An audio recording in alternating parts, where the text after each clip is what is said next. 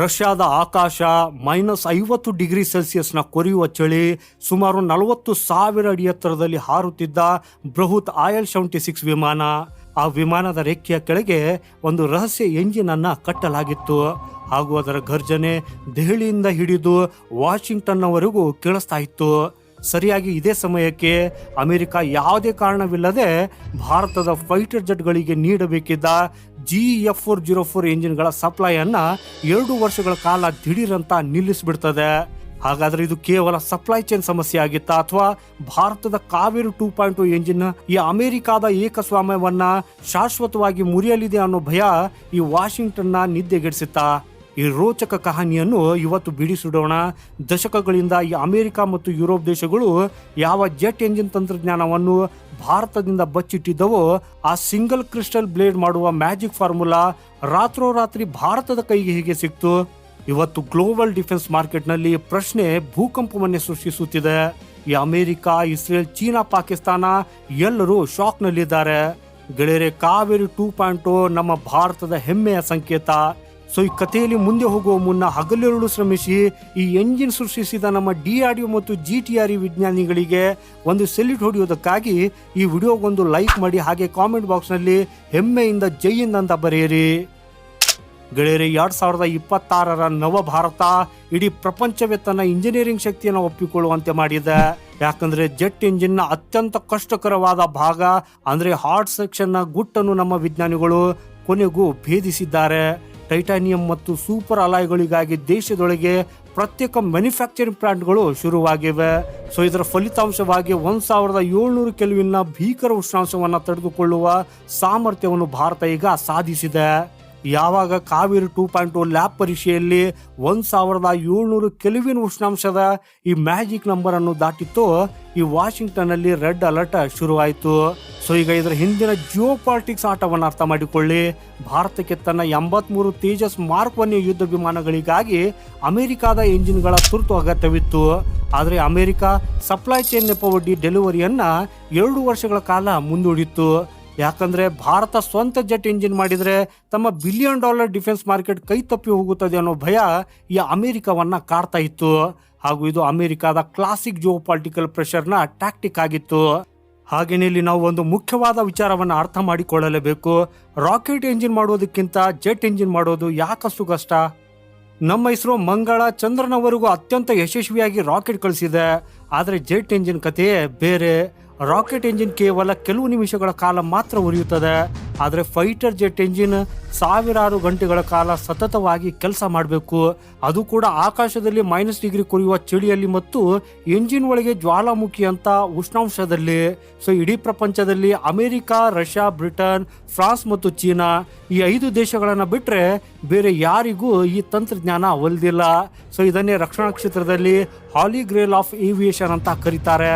ಗೆಳೆಯರೆ, ಇಷ್ಟು ದಿನ ಈ 5 ದೇಶಗಳು ಸೇರಿಕೊಂಡು ಒಂದು ಸಿಂಡಿಕೇಟ್ ಅನ್ನ ಮಾಡಿಕೊಂಡಿದ್ದವು. ಬೇರೆ ಯಾವ ದೇಶವೂ ಕೂಡ ಈ ಗುಂಪಿಗೆ ಸೇರಬಾರದು ಅನ್ನೋದೇ ಇವರ ಅಸಲಿ ಉದ್ದೇಶವಾಗಿತ್ತು. ಹಾಗೂ ಅಮೆರಿಕ ಈಗ ತೇಜಸ್ ವಿಮಾನಗಳಿಗೆ ಎಂಜಿನ್ ಕೊಡುವುದನ್ನ ತಡ ಮಾಡ್ತಾ ಇರುವುದರ ಹಿಂದಿನ ರಹಸ್ಯ ಕೂಡ ಇದೆ. ಭಾರತ ಎಲ್ಲಾದ್ರೂ ಈ ಎಲೈಟ್ ಕ್ಲಬ್ಗೆ ಎಂಟ್ರಿ ಕೊಟ್ರೆ ಗ್ಲೋಬಲ್ ಮಾರ್ಕೆಟ್ನಲ್ಲಿ ತಮ್ಮ ಏಕಸ್ವಾಮ್ಯ ಅಥವಾ ಮೊನೋಪೊಲಿ ಮುರಿಯುತ್ತದೆ ಅನ್ನೋ ದೊಡ್ಡ ಭಯ ವಾಷಿಂಗ್ಟನ್ಗೆ ಕಾಡ್ತಾ ಇದೆ. ಆದ್ರೆ ಗೆಳೆಯರೆ, ಈ ಬ್ಲ್ಯಾಕ್ ಮೇಲ್ಗೆ ಭಾರತ ಕೊಟ್ಟ ಮಾಸ್ಟರ್ ಸ್ಟ್ರೋಕ್ ನ ಕತೆ ಈ ರಷ್ಯಾದ ಕೊರೆಯುವ ಚಳಿಯ ಆಗಸದಲ್ಲಿ ಬರೆಯಲಾಗ್ತಾ ಇತ್ತು.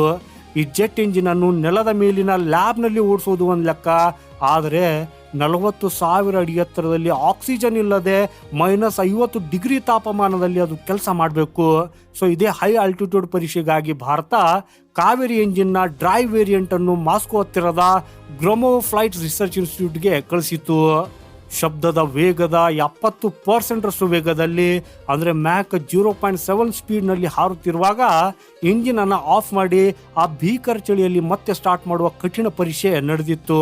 ಹಾಗೂ ನಮ್ಮ ಕಾವೇರಿ ಅದರಲ್ಲಿ 100ಕ್ಕೆ 100 ಯಶಸ್ವಿ ಆಯಿತು. ಎಂಜಿನ್ ನ ಹೃದಯ ಬಡಿತವು ಕೂಡ ಪರ್ಫೆಕ್ಟ್ ಆಗಿ ಕೆಲಸ ಮಾಡ್ತಾ ಇತ್ತು. ಹಾಗೂ ಈ ಫ್ಲೈಟ್ ಟೆಸ್ಟ್ ಸಂಪೂರ್ಣವಾಗಿ ಯಶಸ್ವಿಯಾಗಿತ್ತು. ಆದ್ರೆ ಫೈಟರ್ ಜೆಟ್ಗೆ ಬರೀ ಹೃದಯ ಬಡಿದರೆ ಸಾಲದು, ಶತ್ರುಗಳ ಮಿಸೈಲ್ನಿಂದ ತಪ್ಪಿಸಿಕೊಳ್ಳುವುದಕ್ಕಾಗಿ ಮತ್ತು ಡಾಗ್ ಫೈಟ್ ಮಾಡುವುದಕ್ಕಾಗಿ ಆಫ್ಟರ್ ಬರ್ನರ್ನ ಎಕ್ಸ್ಟ್ರಾ ಪವರ್ ಬೇಕು. ಸೊ ಇಲ್ಲಿಯೇ ಬ್ರಹ್ಮೋಸ್ ಏರೋಸ್ಪೇಸ್ ಸಂಸ್ಥೆ ಎಂಟ್ರಿ ಕೊಡ್ತದೆ. ಗೆಳೆಯರಿ, ಅವರು ತಮ್ಮ ಮಿಸೈಲ್ ತಂತ್ರಜ್ಞಾನದ ಅಪಾರ ಅನುಭವವನ್ನ ನಮ್ಮ ಕಾವೇರಿ ಪ್ರಾಜೆಕ್ಟ್ಗೆ ತಂದ್ರು. ಹೊಸ ಬ್ರಹ್ಮೋಸ್ ಮಾಡ್ಯೂಲ್ ಫಿಟ್ ಆಗ್ತಾ ಇದ್ದಂತೆ ಕಾವೇರಿ 2.0 ಎಂಜಿನ್ ಬರೋಬ್ಬರಿ 80 ಕಿಲೋ ನ್ಯೂಟನ್ನ ಭಯಂಕರ ಶಕ್ತಿಯೊಂದಿಗೆ ಬೆಂಕಿ ಉಗುಳುವುದಕ್ಕೆ ಶುರು ಮಾಡಿತ್ತು. ಈ 80 ಕಿಲೋ ನ್ಯೂಟನ್ ಶಕ್ತಿ ಈಗ ವಾಸ್ತವವಾಗಿದ್ದು ಇದು ಶತ್ರುಗಳ ಪಾಲಿಗೆ, ವಿಶೇಷವಾಗಿ ಚೀನಾಗೆ ಅಕ್ಷರಶಃ ದುಸ್ವಪ್ನವಾಗಿ ಕಾಡ್ತಾ ಇದೆ. ಗೆಳೆಯರೆ, ಈ ಸಂಪೂರ್ಣ ಕಥೆಯಲ್ಲಿ ಅತಿ ದೊಡ್ಡ ಗೇಮ್ ಚೇಂಜರ್ ಬರೀ ತಂತ್ರಜ್ಞಾನವಲ್ಲ, ಬದಲಾಗಿ ಭಾರತದ ಪ್ರೈವೇಟ್ ಸೆಕ್ಟರ್. ಸರ್ಕಾರಿ ವಿಜ್ಞಾನಿಗಳು 35 ವರ್ಷಗಳಿಂದ ಸಾವಿರಾರು ಕೋಟಿ ರೂಪಾಯಿ ಖರ್ಚು ಮಾಡಿಯೂ ಪರದಾಡ್ತಾ ಇದ್ದ ಕೆಲಸವನ್ನು ಗೋದ್ರೇಜ್ ಏರೋಸ್ಪೇಸ್ ನಂತಹ ಖಾಸಗಿ ಕಂಪನಿ ಕೇವಲ ಕೆಲವೇ ತಿಂಗಳುಗಳಲ್ಲಿ ಮಾಡಿ ಮುಗಿಸಿತು.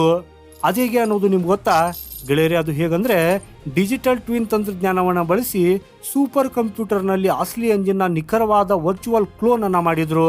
ಶಾಖದ ಒತ್ತಡ ಮತ್ತು ಫ್ಯೂಲ್ಯೂರ್ಗಳನ್ನ ಲಕ್ಷಾಂತರ ಬಾರಿ ಸಿಮ್ಯುಲೇಷನ್ ಮಾಡಿದ್ರು. ದಶಕಗಳ ಕೆಲಸವನ್ನ ಕೆಲವೇ ತಿಂಗಳುಗಳಿಗೆ ಇಳಿಸಿದ ಆಧುನಿಕ ಟೆಕ್ನಿಕ್ ಇದು. 2027 ಹೊತ್ತಿಗೆ ನಮ್ಮ ಸ್ವದೇಶಿ ಕಾವೇರಿ 2.0 ಎಂಜಿನ್ ಅನ್ನು ನೇರವಾಗಿ super sonic Tejas flying test bed ಮೇಲೆ ಫಿಟ್ ಮಾಡಲಾಗ್ತದೆ. ಹಾಗೇನೆ ಗೆಳೆಯರೆ, ಇದರ ಜೊತೆಗೆ ನಾವು ಗಮನಿಸಬೇಕಾದ ಇನ್ನೊಂದು ಅತಿ ದೊಡ್ಡ ಆಯಾಮವಿದೆ, ಹಾಗೂ ಅದುವೇ ಆರ್ಥಿಕತೆ ಮತ್ತು ನಿರ್ವಹಣೆ. ಒಂದು ಫೈಟರ್ ಜೆಟ್ ಅನ್ನ ಕೊಂಡುಕೊಳ್ಳುವುದು ಎಷ್ಟು ಮುಖ್ಯವೋ, ಅದರ ಮುಂದಿನ 30ರಿಂದ 40 ವರ್ಷಗಳ ನಿರ್ವಹಣೆಯೂ ಕೂಡ ಅಷ್ಟೇ ಮುಖ್ಯ. ನಾವು ಬೇರೆ ದೇಶದಿಂದ ಎಂಜಿನ್ ತರಿಸಿಕೊಂಡ್ರೆ ಕೇವಲ ಎಂಜಿನ್ಗಷ್ಟೇ ಅಲ್ಲ, ಭವಿಷ್ಯದಲ್ಲಿ ಅದರ ಪ್ರತಿಯೊಂದು ಸಣ್ಣ ಬಿಡಿ ಭಾಗಕ್ಕೂ ರಿಪೇರಿಗೂ ಅವರನ್ನೇ ಅವಲಂಬಿಸಬೇಕು. ಸೊ ಇದಕ್ಕಾಗಿ ಪ್ರತಿ ವರ್ಷ ಸಾವಿರಾರು ಕೋಟಿ ರೂಪಾಯಿಗಳನ್ನ ವಿದೇಶಿ ವಿನಿಮಯದ ರೂಪದಲ್ಲಿ ನಾವು ಸುರಿಯಬೇಕಾಗ್ತದೆ. ಸೊ ಗೆಳೆಯರೆ, ಇದರಿಂದ ಒಮ್ಮೆ ಯೋಚಿಸಿ, ನಮ್ಮದೇ ಸ್ವಂತ ಕಾವೇರಿ ಎಂಜಿನ್ ಪೂರ್ಣ ಪ್ರಮಾಣದಲ್ಲಿ ಸಿದ್ಧವಾದರೆ ಭಾರತದ ಬೊಕ್ಕಸಕ್ಕೆ ಉಳಿಯುವ ಹಣ ಎಷ್ಟು ಗೊತ್ತಾ? ಲಕ್ಷಾಂತರ ಕೋಟಿ ರೂಪಾಯಿಗಳು. ಇದಷ್ಟೇ ಅಲ್ಲ, ನಮ್ಮ ವಾಯುಸೇನೆಗೆ ತುರ್ತು ಯುದ್ಧದ ಪರಿಸ್ಥಿತಿ ಎದುರಾದಾಗ ನಮಗೆ ಬೇಕಾದಷ್ಟು ಎಂಜಿನ್ಗಳನ್ನು ನಾವೇ ಸ್ವತಃ ಹಗಲಿರುಳು ತಯಾರಿಸಿಕೊಳ್ಳಬಹುದು. ಈ ಬೇರೆ ದೇಶದವರ ಮುಂದೆ ಬಿಡಿ ಭಾಗಗಳಿಗಾಗಿ ಕೈಕಟ್ಟಿ ನಿಲ್ಲುವ ಪರಿಸ್ಥಿತಿ ಬರೋದಿಲ್ಲ. ಸೊ ಇದು ಕೇವಲ ತಂತ್ರಜ್ಞಾನದ ಗೆಲುವಲ್ಲ, ಇದು ರಕ್ಷಣಾ ಕ್ಷೇತ್ರದಲ್ಲಿ ಭಾರತ ಸಾಧಿಸುತ್ತಿರುವ ನಿಜವಾದ ಆತ್ಮನಿರ್ಭರತೆ. ಆದ್ರೆ ಗೆಳೆಯರೆ, ಕಾವೇರಿ 2.0 ಪ್ರಾಜೆಕ್ಟ್ನ ಅಸಲಿ ಟಾರ್ಗೆಟ್ ತೇಜಸ್ ವಿಮಾನ ಅಲ್ವೇ ಅಲ್ಲ. ಯಾಕಂದ್ರೆ ಇದರ ಗುರಿ ಭಾರತದ ಟಾಪ್ ಸೀಕ್ರೆಟ್ ಘಾತಕ್ ಡ್ರೋನ್ಸ್ ಪ್ರಾಜೆಕ್ಟ್, ಹಾಗೂ ಇದು 6th ಜನರೇಷನ್ ಅತಿ ರಹಸ್ಯ ರೆಡಾರ್ಗೆ ಸಿಗದ ಅನ್ಮ್ಯಾನ್ಡ್ ಕಾಂಬ್ಯಾಟ್ ಏರಿಯಲ್ ವೆಹಿಕಲ್ ಆಗಿದ್ದು ಡ್ರೈ ಕಾವೇರಿ ಇದರ ಹೃದಯವಾಗಲಿದೆ. ಜೊತೆಗೆ ಇಲ್ಲಿ ನಾವು ಕಲಿತಾ 1700 ಕೆಲ್ವಿನ್ ಮೆಟಲರ್ಜಿಯ ತಂತ್ರಜ್ಞಾನ ಮತ್ತು ಡೇಟಾ ಭವಿಷ್ಯದಲ್ಲಿ ಭಾರತದ 5th ಜನರೇಷನ್ ಫೈಟರ್ ಜೆಟ್ ಎಮ್ಕಾಗಾಗಿ 110ರಿಂದ 120 ಕಿಲೋ ನ್ಯೂಟನ್ನ ಶಕ್ತಿಯ ಮಹಾವಿನಾಶಕ ಎಂಜಿನ್ ತಯಾರಿಸುವುದಕ್ಕಾಗಿ ಭದ್ರವಾದ ಅಡಿಪಾಯ ಹಾಕಿದೆ. ಸೊ ಈ ಒಂದೇ ಒಂದು ಹೆಜ್ಜೆಯಿಂದ ಭಾರತ ವಿದೇಶಗಳ engine supply chain black mail ನಿಂದ ಶಾಶ್ವತವಾಗಿ ಸ್ವತಂತ್ರವಾಗಿದೆ. ನಮ್ಮ ಕಾಂಬ್ಯಾಕ್ಟ್ ರೆಡಿನೆಸ್ 100ಕ್ಕೆ 100 ನಮ್ಮ ಕಂಟ್ರೋಲ್ ನಲ್ಲಿ ಇರ್ತದೆ. ಯುದ್ಧದ ಸಮಯದಲ್ಲಿ ಯಾವ ದೇಶವು ನಮಗೆ ಸ್ಪೇರ್ ಪಾರ್ಟ್ ಸಪ್ಲೈ ನಿಲ್ಲಿಸಿ ನಮ್ಮನ್ನ ಕಟ್ಟಿ ಹಾಕುವುದಕ್ಕೆ ಸಾಧ್ಯವಿಲ್ಲ. ಯಾಕಂದ್ರೆ ಭಾರತ ತಾನೇ ಸ್ವತಃ ಫೈಟರ್ ಜೆಟ್ ಎಂಜಿನ್ ತಯಾರಿಸುವ ಮೂಲಕ ಜಗತ್ತಿಗೆ ತನ್ನ ಶಕ್ತಿ ಪ್ರದರ್ಶಿಸಿದೆ ಮತ್ತು ಕೆಲವೇ ವರ್ಷಗಳಲ್ಲಿ ಇದರಲ್ಲಿ ಸಂಪೂರ್ಣ ಪರಿಣಿತಿ ಸಾಧಿಸಲಿದೆ.